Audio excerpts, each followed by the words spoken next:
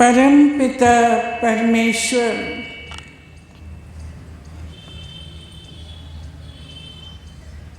की आज्ञा अनुसार आज माँ आप सबके लिए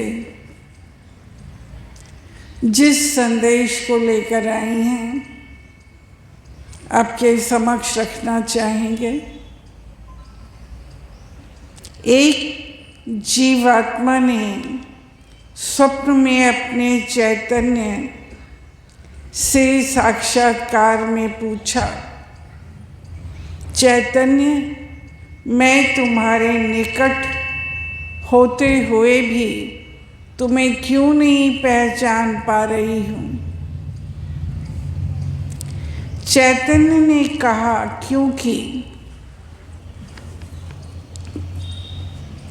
बाह्य वातावरण के प्रभाव में तुम्हारा मन आवरण के रूप में मुझे ढके हुए है, जिससे तुम मुझे नहीं पहचान पा रहे हो और इस अज्ञानता में तुम भौतिक सुख को भी सर्वप्रथम समझ बैठे हो।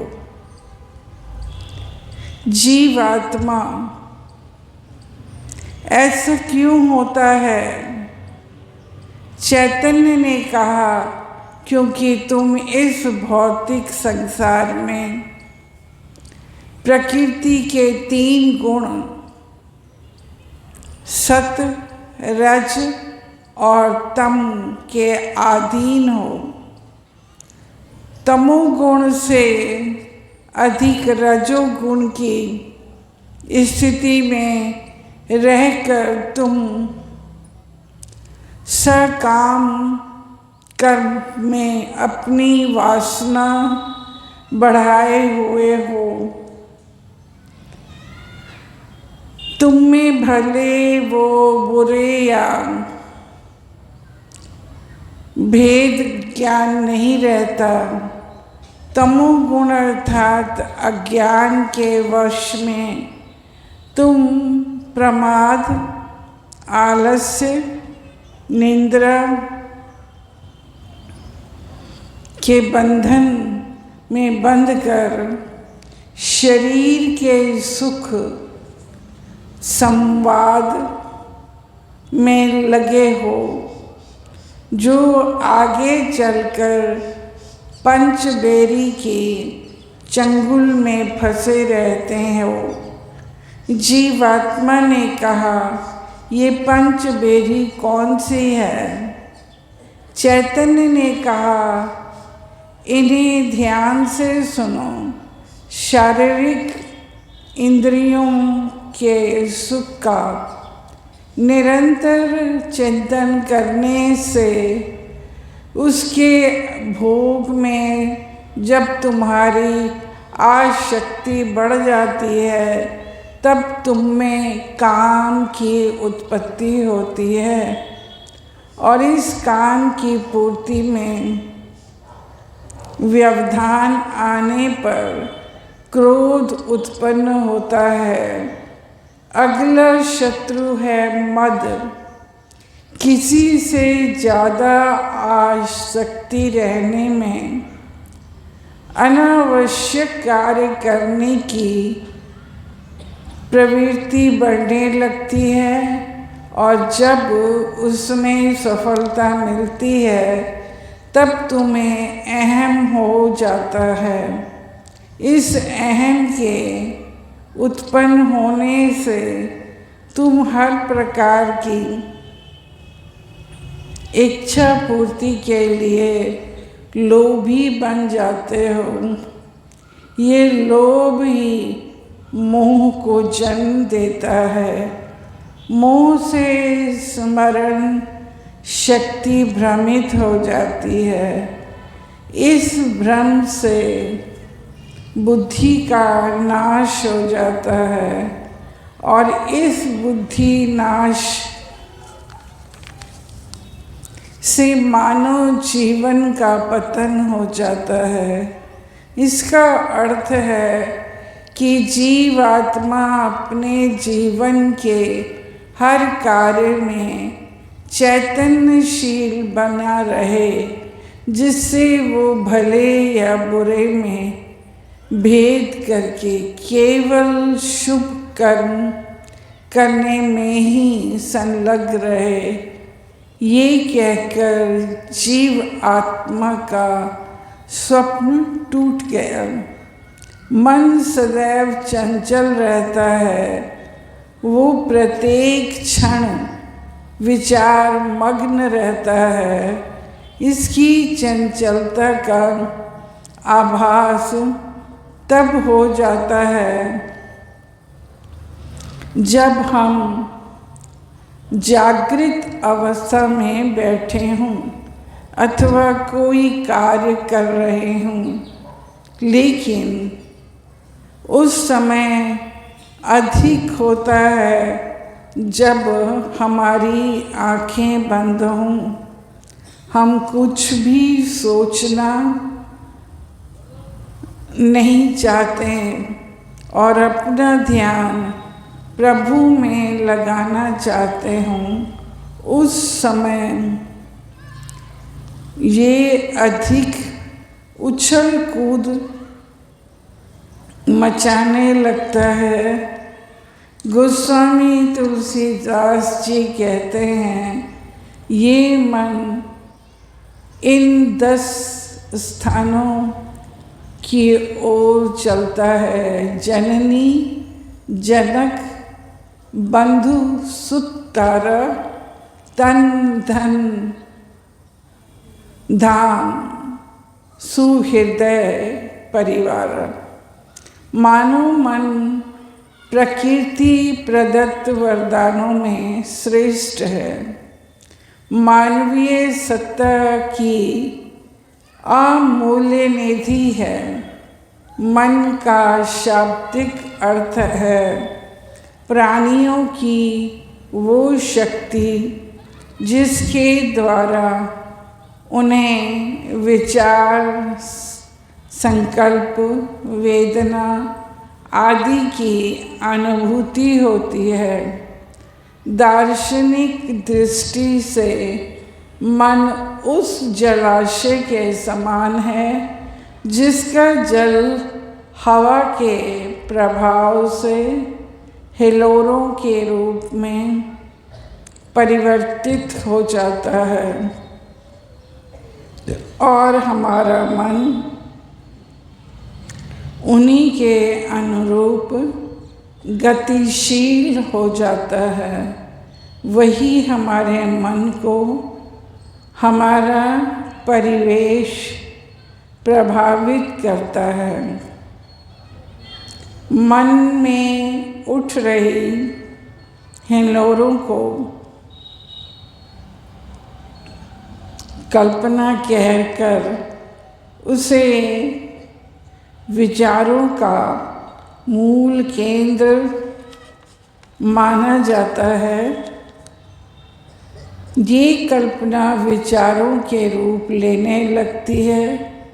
यदि मनुष्य के मन में सद्विचार होगा तो उसको उन्नति के शिखर पर पहुंचाएगा और असत विचार उसे पतन की गर्त में धकेल देगा।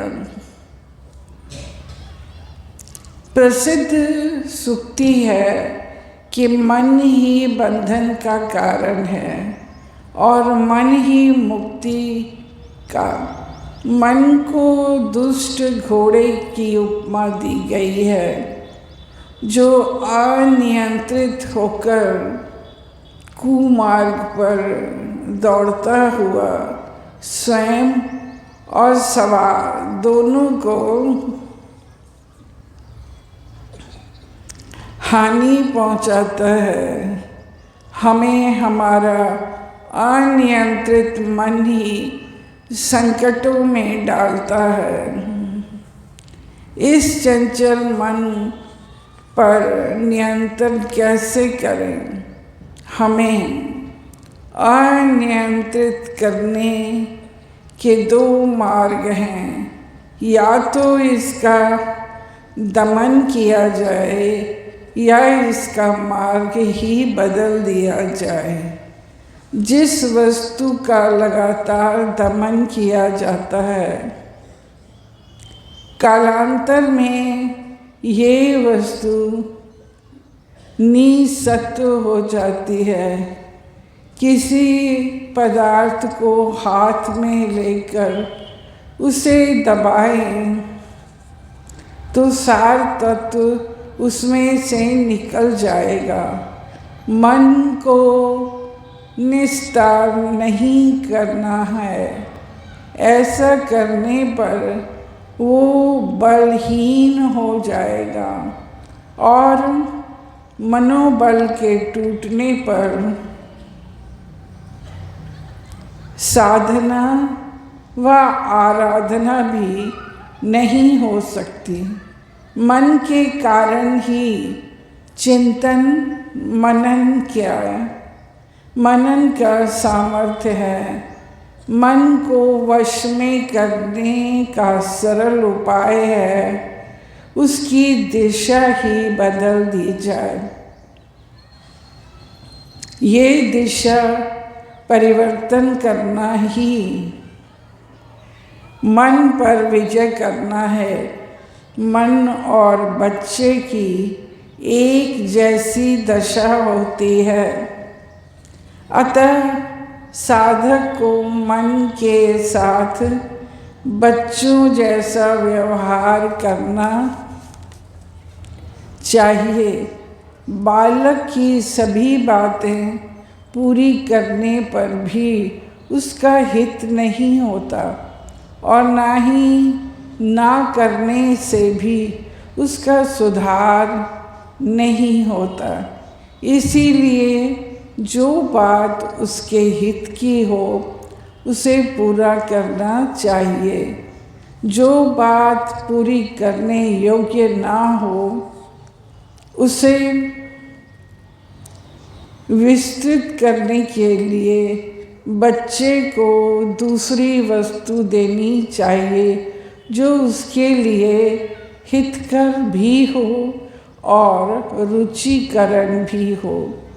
ऐसा करने से उस बालक का सुधार सुगमता पूर्वक हो सकता है, परंतु उसे किसी भी प्रकार से डराना या धमकाना नहीं चाहिए, अन्यथा वो भयभीत हो सकता है और लालची बन सकता है।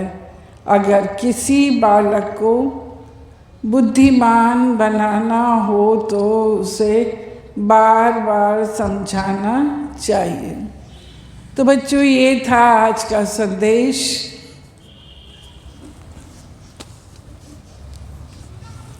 अब माँ आई हुई संगत को जी आयन कहते हैं।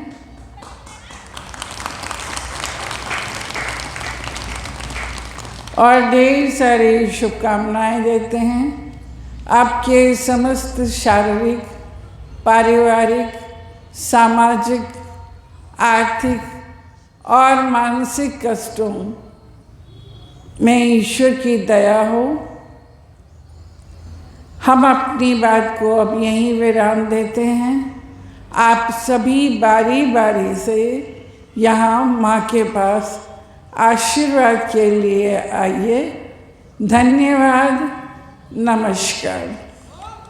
25 तारीख समिति का गठन है। 25 तारीख के लिए मैंने कई बार आप सबसे निवेदन किया और फिर याद दिला दिया। बहुत सी संगत ऐसी है जिन्हें जानकारी अभी तक नहीं है। सबको बताएं। जो समिति की सदस्यता नवीनीकरण नहीं कराए हैं वो नवीनीकरण कृपा है। जो मां के चरणों में जुड़ते हैं, बहुत सी संगत जिन्हें यही जानकारी है उन्हें तारीख बताई जाए। 25 फरवरी, 3 मार्च को अवधेश यादव श्रीमती शांति यादव मां के चरणों में भजन कीर्तन कराने का सौभाग्य प्राप्त किया।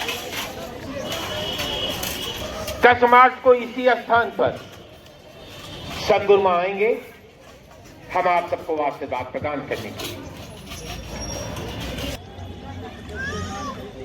अनेकों बार इस दोहे को हमने कहा है, फिर कह रहा हूं कि 3 लोक 9 खंड में गुरु से बड़ा न कोई, और करता करे न कर सके, गुरु करे सो होय। जो मां चाहती हैं, जो सदगुरु चाहते हैं, वही हुआ है, वही होगा, वही हो रहा है। चरणों में भजन।